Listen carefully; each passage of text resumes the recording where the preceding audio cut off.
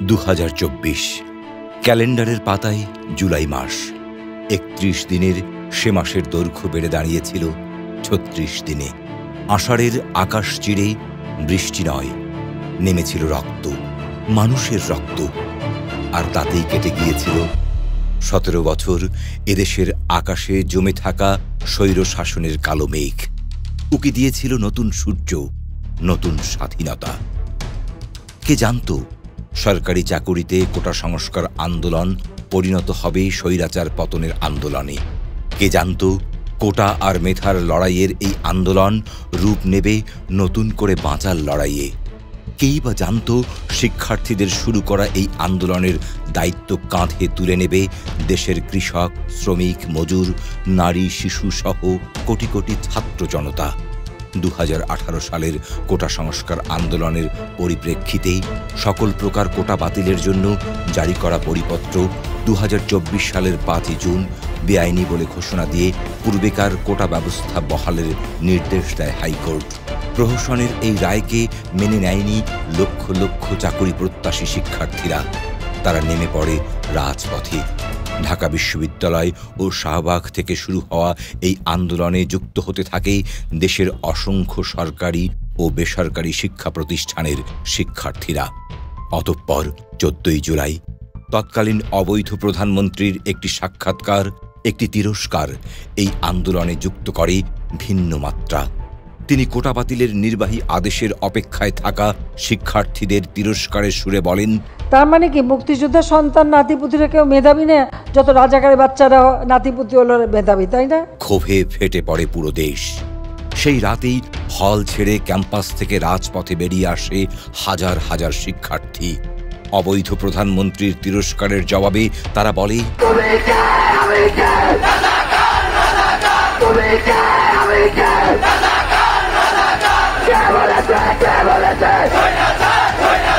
15 July Awami পেটোয়া police বাহিনী, ছাত্রলীগ, যুবলীগের helmet বাহিনী দেশব্যাপী আন্দোলনরত শিক্ষার্থীদের ওপর পৈশাচিক হামলা চালায়।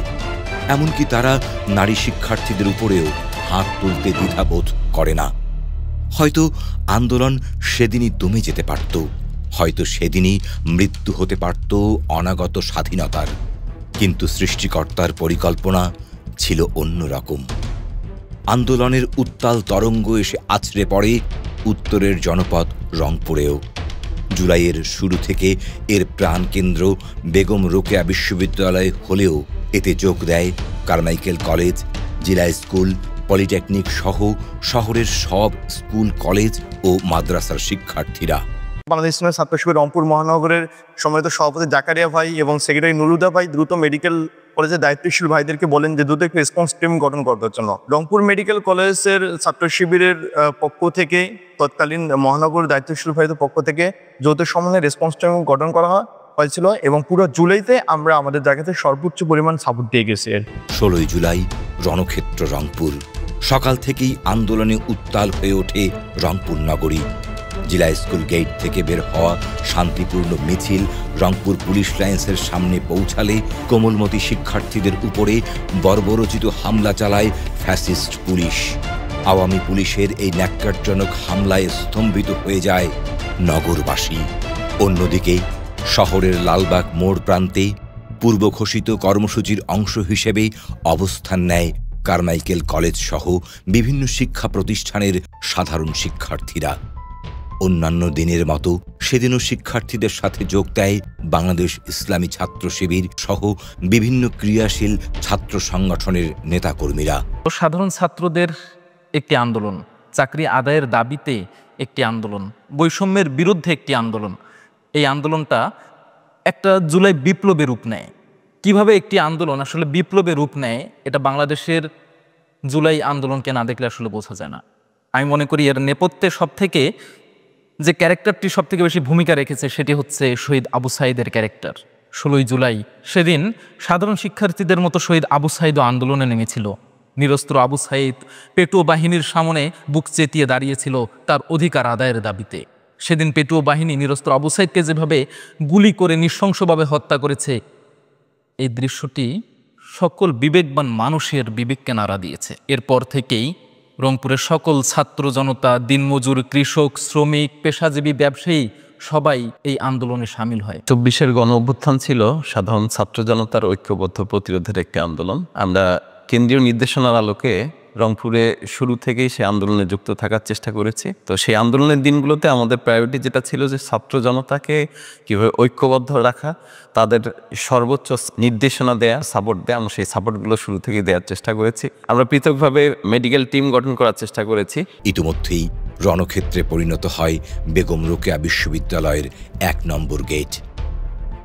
পুলিশের সাথে যোগ দিয়ে ছাত্রলীগ, যুবলীগ সহ আওয়ামী সশস্ত্র সন্ত্রাসী বাহিনী হামলা চালাচ্ছিল নিরস্ত্র সাধারণ শিক্ষার্থীদের উপরে। ছোট বোনের বাড়ি ফেরার আকুতিকে উপেক্ষা করে অন্যদিনের মতো সেদিনও সহপাঠীদের সাথে রাজপথে নেমেছিল বেগম রোকেয়া বিশ্ববিদ্যালয়ের মেধাবী শিক্ষার্থী আবু সাইদ। ছাত্রলীগ ও পুলিশ তাকে একাধিকবার হামলা করলেও সে ছিল অকুতভয় ও অটল। 2 হাত প্রসারিত করে সে দাঁড়িয়েছিল বিশ্ববিদ্যালয়ের 1 নম্বর গেটের সামনে, যেন পুরো বাংলাদেশকে সে ধারণ করেছিল পুলিশের গুলিতে ঝাঁঝরা হওয়া তার বুকটাকে। সেদিন রাস্তায় শহীদ আবু সাইদের নিথর দেহ নিয়ে মিছিল করেছিল তার কতিপয় সহপাঠী। এ দৃশ্য দেখে কেঁদেছিল পুরো রংপুর, পুরো বাংলাদেশ। আমার মুভমেন্টটা শুরু হয় জিলা স্কুলের গেট থেকে, এবং আমার পাশাপাশি আমাদের জিলা স্কুলে আরও যারা অনুজরা ছিল তারাও কিন্তু ইতিমধ্যেই একটা বিষয় অর্গানাইজ করে ফেলেছিল। এবং আমার সাথে হুদা ভাই, আমাদের মিলন ভাই, আমি যাদের কাছে পড়েছিলাম, এদের সাথে আমার ছাত্র শিক্ষক সম্পর্ক ছিল। তারা আমাকে ইনশিওর করে যে আমার নেতৃত্বে যে মিছিল যাবে সেখানে সাধারণ শিক্ষার্থীরা আসবে, এবং আমারও সহযোদ্ধারা ছিল, তারাও কিন্তু আমার সাথে সেই সময় যোগাযোগ করে। 16 তারিখে সকালে আমরা যখন জেলা স্কুল থেকে পার্কিং মোড়ের দিকে, বর্তমান শহীদ আবু সাইদ চক্কর জায়গা বলা হয়, সেদিকে অগ্রসর হচ্ছিলাম, তখন পুলিশ ব্যক্তিগতভাবে, তার নাম ছিল এসিআরই, যে ব্যক্তিগতভাবে আমাকে হুমকি ধামকি, আমাদের অনেক ছোট ভাইকে ক্যাপ্টেন ব্যাকোলজি রংপুরে, যেটা পুলিশ লাইন এবং গার্লস স্কুলের মাঝখানে, যেটা সেখানে একটা ধস্তাধস্তি হয়। বিশ্ববিদ্যালয় গেটে অবস্থানকালীন যে শিক্ষার্থী যারা ছিল তাদের প্রতি পুলিশ এবং ছাত্রলীগ সশস্ত্র হামলা চালায়। সেই মুহূর্তে গুলিবর্ষণ, টিয়ারশেল, রাবার বুলেট সহ সেই সময় আবু সাইদ সহ অনেকে আহত হয়। কিন্তু আমরা কারমাইকেল কলেজ ছাত্র শিবিরকে একটা দায়িত্ব দেওয়া হয়েছিল যে তারা যে কোনো অনাকাঙ্ক্ষিত পরিস্থিতি মোকাবেলার জন্য যেন প্রস্তুত থাকে। আমরা যখন বিশ্ববিদ্যালয় গেটের দিকে মুভ করছিলাম, এই মুহূর্তে আমাদের কাছে নিউজ আসে যে আবু সাইদ শহীদ হয়ে গিয়েছে সাধারণ শিক্ষার্থীদের মাঝে। যখন এই ঘোষণাটি দেওয়া হয় তখন সাধারণ শিক্ষার্থীরা আরো বিক্ষুব্ধ হয়ে ওঠে, নিমিষেই সকলের চোখ ভিজে গেছে। আমরা তখন আবার সেই লালবাগ থেকে ক্ষিপ্র গতিতে আবার বেগম রোকেয়া বিশ্ববিদ্যালয়ের অভিমুখে যাত্রা শুরু করি, এবং বিশ্ববিদ্যালয় গেটে এসে বিক্ষুব্ধ শিক্ষার্থীরা বিশ্ববিদ্যালয়ের মূল গেট ভেঙে ভিতরে প্রবেশ করে, এবং এরপরে ছাত্রলীগ এবং পুলিশ তারা পিছু হটে। আবু সাইদ গুলিবিদ্ধ হল, ততক্ষণে আমরা এই জায়গাটাতে আর থাকতে পারিনি। সে যখন গুলিবিদ্ধ হয় আমরা সাইড থেকে চলে যাই। যে কিছু মানুষ চলে আসলো, একজন লিড দিচ্ছে, তাদেরকে 50, 60, 70 জন ফলো করতেছে, এবং তাদের কন্ট্রোলে তখন মিছিল। পুরো এরিয়াটা তখন যারা ছত্রভঙ্গ হয়েছিল তারাও সেই লিডে, এবং যেটা আবু সাইদ বেগম রোকেয়া বিশ্ববিদ্যালয়ের মেইন গেট সেটাও আর একটা গ্রুপ ধরে রাখে, আর একটা গ্রুপ কন্ট্রোলে নেয়। পরবর্তীতে জানতে পারি যে আবু সাইদ বর্তমান যে গেট সেটা ছাত্র শিবিরের কন্ট্রোলে ছিল। সেই মুহূর্তে সেই ভাইয়েরা যারা 17 জুলাই থমথমে রংপুরের পরিবেশ। শিক্ষার্থীদের শত আকুতি সত্ত্বেও স্বৈরাচারী প্রশাসন শহীদ আবু সাইদের জানাজা তার প্রাণের ক্যাম্পাস বেগম রোকেয়া বিশ্ববিদ্যালয়ে করতে দেয়নি। অপারগ শিক্ষার্থীরা 17 জুলাই বুধবার বাদ-জোহর বেগম রোকেয়া বিশ্ববিদ্যালয়ের প্রধান ফটকে শহীদ আবু সাইদের গায়েবানা জানাজায় অংশ নেয়। অন্যদিকে নিরস্ত্র একজন শিক্ষার্থীকে দিনে দুপুরে গুলি করে হত্যার বিষয়টি দেশবাসী মেনে নিতে পারছিল না। তারা বুঝে যায় দমে গেলে চলবে না, ঘুরে দাঁড়াতে হবে বুক চিতিয়ে, ঠিক আবু সাইদের মতো। 18 জুলাই বৃহস্পতিবার ছিল রংপুরবাসীর ঘুরে দাঁড়ানোর দিন। আকাশে প্রখর রোদের তাপ যেন ছাত্র জনতার মনের ক্ষোভের বহিঃপ্রকাশ করছিল। মানুষে মানুষে সয়লাভ হয়ে যায় পুরো রংপুর শহর। ছাত্র, শিক্ষক, চাকুরিজীবী, ব্যবসায়ী, দিনমজুর, রিকশাওয়ালা, শিশু, নারী, বৃদ্ধ সবাই ঘর ছেড়ে নেমে এসেছিল রাজপথে। সবাই ছুটছিল বেগম রোকেয়া বিশ্ববিদ্যালয়ের সামনে, যার সদ্য নামকরণ করা হয়েছিল শহীদ আবু সাইদ চত্বর। পুলিশ এদিনও তাদের নৃশংসতা জারি রাখে। মুহুর্মুহু গুলি ও টিয়ার সেল ছুটতে থাকে ছাত্র জনতাকে লক্ষ্য করে। পুলিশের গুলিতে এদিন শহীদ হন অটোচালক মানিক মিয়া।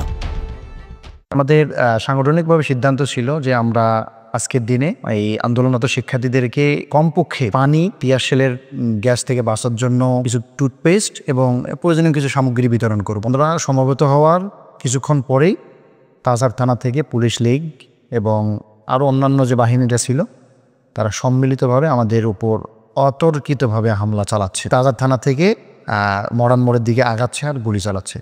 এমন পরিস্থিতিতেই আমরা পিছনে লক্ষ্য করলাম যে একটি মিছিল আমাদের দিকে আসছে। তখন আমরা আরও সাহস পাই। ওই মিছিলটা আমাদের কাছে আসার পর আমরা সম্মিলিতভাবে গাড়ির দিকে আমরা চলে আসি আর কি, তাদেরকে ধাওয়া দিই। তো আমরা তাদেরকে ধাওয়া দেওয়ার পর তারা মূলত কিছু বুঝে উঠতে না পেরে আরও অসংখ্য গুলি এবং টিয়ারশেল ছুটতে তারা তাজার থানার দিকে চলে যায়। এই অটোচালক মানিক চাচা ওই রাস্তা দিয়ে অতিক্রম করার মুহূর্তে পুলিশের একটা গুলি মানিক চাচার বুকে গুলিবিদ্ধ হয়। মানিক চাচা ওখানেই শহীদ হয় আর কি। 19 জুলাই মৃত্যুপুরী রংপুর। ফ্যাসিস্ট সরকারের ষড়যন্ত্রে সারা দেশের মতো রংপুরও সেদিন ইন্টারনেট বিচ্ছিন্ন এক নগরী। আন্দোলনকারীরা ঠিক বুঝে উঠতে পারছিল না তারা কোথায় একত্রিত হবে। মৃত্যু ভয়কে উপেক্ষা করেই কারফিউ ভেঙে তারা নেমে পড়ে রাস্তায়। জুমার নামাজের পর থেকেই শহীদ আবু সাইদ চত্বর, শাপলা চত্বর, জাহাজ কোম্পানির মোড়, সিটি বাজার, কাচারি বাজার ও জিলা স্কুল গেটের সামনে জড়ো হতে থাকে তারা। পুলিশ সেদিন সর্বশক্তি নিয়ে মাঠে নামে। লাথাল ওয়েপন, শর্টগান, সাউন্ড গ্রেনেডের শব্দে প্রকম্পিত হতে থাকে শহরের অলিগলি। পুলিশের ঊর্ধ্বতন কর্মকর্তারা সেদিন জল্লাদ রূপেই নিজেরাই মাঠে নেমেছিল। নিরীহ নিরস্ত্র রংপুরের মানুষের রক্তের নেশায় তারা যেন উন্মত্ত পাগল হয়ে উঠেছিল। সেদিন পুলিশের গুলিতে প্রাণ হারায় বাংলাদেশ গ্লাস অ্যান্ড সিরামিক্স ইনস্টিটিউটের শিক্ষার্থী শিবির কর্মী আবদুল্লাহ আল তাহির, কলা ব্যবসায়ী মেরাজুল ইসলাম মেরাজ, বৌরানী জুয়েলার্সের ম্যানেজার মুসলিম উদ্দিন মিলন, সবজি ব্যবসায়ী সাজ্জাদ হোসেন। আহত হয় অসংখ্য মানুষ। স্বজনদের উৎকণ্ঠা আহাজারিতে ভারী হয়ে ওঠে রংপুর মেডিকেল কলেজের ইমার্জেন্সি ওয়ার্ড। রংপুরের সবথেকে বড় মেসাকারটি হয় 19 জুলাই, দিনটি ছিল শুক্রবার। সেদিন পেটুয়া বাহিনীর গুলিতে ছাত্র শিবিরের আবদুল্লাহ আল তাহির, ফল ব্যবসায়ী মেরাজুল ইসলাম, স্বর্ণকার মিলন ভাই সহ অনেকেই শাহাদত বরণ করেন এবং 400-র অধিক সেদিন আহত হন। তাহির ভাইকে অ্যাম্বুলেন্সে ওঠার পর আমি যে দৃশ্যটা দেখতে পারলাম, আমি সেই দৃশ্য দেখার জন্য মোটেও প্রস্তুত ছিলাম না। তাহির ভাইকে যখন তাহির ভাই আমাকে বললো যে ভাই আমাকে একটু কাত করে ধরেন, আমি তাহির ভাইকে একটু কাত করে ধরলাম। কাত করে ধরার পরে যেটা দৃশ্য দেখতে পাই সেটা হচ্ছে ভাইয়ের পিঠের ডান সাইডে, প্রায় পিঠ দিয়ে যে বুলেটটা ঢুকেছিল সেটা পিঠের ডান সাইড দিয়ে বের হয়ে একদম মাংস ছিঁড়ে বের হয়ে গেছে একটা বড় গর্ত করে। আমি দেখে আমি কিছুক্ষণের জন্য স্তব্ধ হয়ে যাই। আমি সামন থেকে ওই কাপড়টা নিয়ে পিছনে চাপ দিয়ে ধরি। ভাইয়ের দেখেই বোঝা যাচ্ছিল যে মাংস ছিঁড়ে, রক্ত ছিঁড়ে সব বের হয়ে গেছে, এরকম কিছু। তারপর আমরা কিছুক্ষণের মধ্যে হসপিটালে পৌঁছাই, ভাইকে জরুরি বিভাগে নিয়ে যাওয়া হয়। 11:45-এর দিকে আমি আইসিইউতে আমাকে ডাক্তার ডাকে, আমি যাই। সেখানে গিয়ে আমাকে ডাক্তার বলে যে শক্ত হতে হবে, আপনার ফ্রেন্ড আর দুনিয়াতে নাই। আন্টির কাছে যায়, আন্টিকে গিয়ে বলে যে সালাম দিয়ে বলে, আন্টি কিছু বলার আগে আন্টি বলে ফেলে আমি বুঝতে পারছি, আমি প্রস্তুত আছি, তাহিরকে বের করো। তারপর এক পর্যায়ে আমরা আইসিইউ থেকে তাহির ভাইয়ের মৃতদেহ বের করলাম। ভাই শাহাদাত বরণ করেন। 19 তারিখে যে রংপুরের ইতিহাসে জুলাই আন্দোলন একটি অন্যতম গুরুত্বপূর্ণ ইতিহাস। আমরা মূলত আন্দোলন পার্কের মোড় থেকে শুরু করে সিটি বাজার মুখে আসতেছিলাম। পুলিশের বাধার মুখে পড়ে আমরা সিটি বাজারের ওখানে, এবং পুলিশ নির্বিচারে সাধারণ শিক্ষার্থীদের উপরে গুলি চালিয়ে অসংখ্য ভাইকে গুলিবিদ্ধ করে। প্রতিদিনের আন্দোলন, সেই আন্দোলনগুলোতে ইসলামী ছাত্র শিবির ওতপ্রোতভাবে জড়িত হয়ে শিক্ষার্থীদের নিরাপত্তা দেওয়া, তাদের পানি দেওয়া, তাদের সব রকমের যে ফেসিলিটিসগুলো আছে এগুলো দেওয়ার দায়িত্ব ইসলামী ছাত্র শিবির গ্রহণ করে। বিভিন্ন জায়গা থেকে শুধু শুভাকাঙ্ক্ষীদের থেকে সহযোগিতা নিয়ে শিক্ষার্থীদের আন্দোলনকে কিভাবে টিকে রাখা যায় সেই পরিকল্পনা আমরা বাস্তবায়ন করতে থাকি। এরপর স্বৈরাচারী সরকার তার গদি বাঁচাতে কত কিছুই না করল। দায়ের হলো শত শত মিথ্যা মামলা, শুরু হলো খুন, গণগ্রেফতার, নির্যাতন, গুম। রাস্তায় নামানো হলো মিলিটারি, সাথে যুদ্ধযান। কিন্তু দেরি হয়ে গিয়েছিল। ততদিনে আওয়ামী লীগের মৃত্যু পরোয়ানা জারি হয়ে গিয়েছিল। দিনে দিনে তীব্র হলো আন্দোলন। প্রবাসীরাও রেমিটেন্স পাঠানো বন্ধ করে এই আন্দোলনে তাদের উপস্থিতি জানান দিল। উল্লেখ্য, আবু সাইদ হত্যা মামলায় ফাঁসানো হয়েছিল তারই সহযোদ্ধাদের। ফ্যাসিস্ট পুলিশের এই ঘিন্ন পরিকল্পনা দেশের মানুষের সামনে উন্মোচন করে বাংলাদেশ ইসলামী ছাত্র শিবির রংপুর মহানগরী। এতে প্রয়োজনীয় দিক নির্দেশনা দেন তৎকালীন মহানগর ছাত্র শিবিরের সেক্রেটারি নুরুল হুদা। ৩রা আগস্ট, ৩৪ জুলাই পুলিশের আত্মসমর্পণ। বৃষ্টি ভেজা রংপুরের রাজপথে সেদিন হাজারো শিক্ষার্থীকে পুলিশ বরণ করে নিল ফুল দিয়ে। এটা ছিল এক প্রকার আত্মসমর্পণ। সেদিন হিংস্রতা আর কাপুরুষতার বিপরীতে জয় হয়েছিল শিক্ষার্থীদের, জয় হয়েছিল রংপুরের মানুষের। ৪ আগস্ট, ৩৫ জুলাই আওয়ামী মুক্তিকরণ। পুলিশের অসহায় আত্মসমর্পণ দেখে আওয়ামী সন্ত্রাসীরা নিজেই এই আন্দোলন দমানোর শেষ চেষ্টা হিসাবে ছাত্র জনতার উপরে সশস্ত্র হামলা করে বসে। হাজার হাজার শিক্ষার্থী ও জনতার তাড়া খেয়ে তারা পিছু হটতে বাধ্য হয়। ৫ই আগস্ট ফ্যাসিস্ট সরকারের পতন হলেও রংপুর মূলত স্বাধীন হয়েছিল একদিন আগেই। ৩ তারিখ পুলিশের আত্মসমর্পণ করার পর আমাদের ৪ তারিখের কর্মসূচিতে রংপুরের আপামর ছাত্র জনতা নতুন উদ্দীপনা নিয়ে অংশগ্রহণ করে। আমরা সকাল থেকেই রংপুর টাউন হলের সামনে আমাদের অবস্থান কর্মসূচি পালন করি। ইতিমধ্যে আমরা খবর পাই যে রংপুরের বিভিন্ন প্রান্ত থেকে ছাত্রলীগ যুবলীগের সন্ত্রাসীরা জাহাজ কোম্পানি মোড়ে একত্রিত হয়েছে। ঠিক জোহরের নামাজের আগে দেশীয় অস্ত্র, রামদা, পিস্তল নিয়ে আমাদের কর্মসূচিতে আক্রমণ করার জন্য অগ্রসর হয়। রংপুরের আপামর ছাত্র জনতার সম্মিলিত প্রচেষ্টায় আমাদের আক্রমণকে প্রতিহত করতে সক্ষম হয়। ৩৬শে জুলাই বিপ্লব সংগঠিত হয়েছিল। আর এই ৩৬শে জুলাই বিপ্লবের রংপুর মহানগরীতে আন্দোলনের শুরু থেকে শেষ পর্যন্ত ময়দানে থাকার সর্বোচ্চ চেষ্টা করেছিলাম। কিন্তু জীবনের সাথে ঘটে যাওয়া খুব গুরুত্বপূর্ণ একটি ঘটে গিয়েছিল ৪ আগস্ট। যেই ৪ আগস্টের মধ্যে সন্ত্রাসী এবং ফ্যাসিস্ট বাহিনী সরকারি মদদে তারা মারাত্মকভাবে আমাদেরকে গুলি করার চেষ্টা করেছিল। আমাদের ছেলেপেলেরা, সকল স্কুল কলেজ মাদ্রাসার শিক্ষার্থীরা আমাদের টাউন হলের সামনে সুসংগঠিত করার সর্বোচ্চ চেষ্টা করেছিলাম।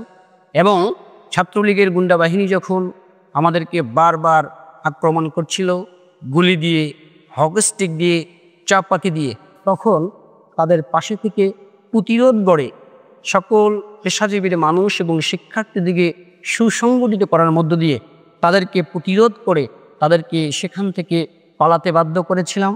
৫ই আগস্ট, ৩৬ জুলাই চূড়ান্ত বিজয়। শিক্ষার্থীদের দেয়া ৯ দফা রূপ নিল ১ দফায়। ৪ আগস্ট রাতে ঘোষণা এলো, পরশু নয় কালই আসতে হবে Dhaka, long march to Dhaka. Lakh lakh মানুষের ঢাকায় আসার কথা শুনে সেনাবাহিনীর সহযোগিতায় দেশ ছেড়ে পালিয়ে নিজের প্রভুর কাছে আশ্রিত হয় অবৈধ প্রধানমন্ত্রী শেখ হাসিনা। আওয়ামী শোষণের দীর্ঘ ১৭ বছর পর স্বাধীন হয় বাংলাদেশ। স্বৈরাচার পতনের খবরে রংপুর পরিণত হয় উৎসবের নগরীতে। আমরা এমন একটি যুগের সন্ধিক্ষণে উপস্থিত হয়েছি যে সময় স্বৈরাচার হাসিনার পতন হয়েছে।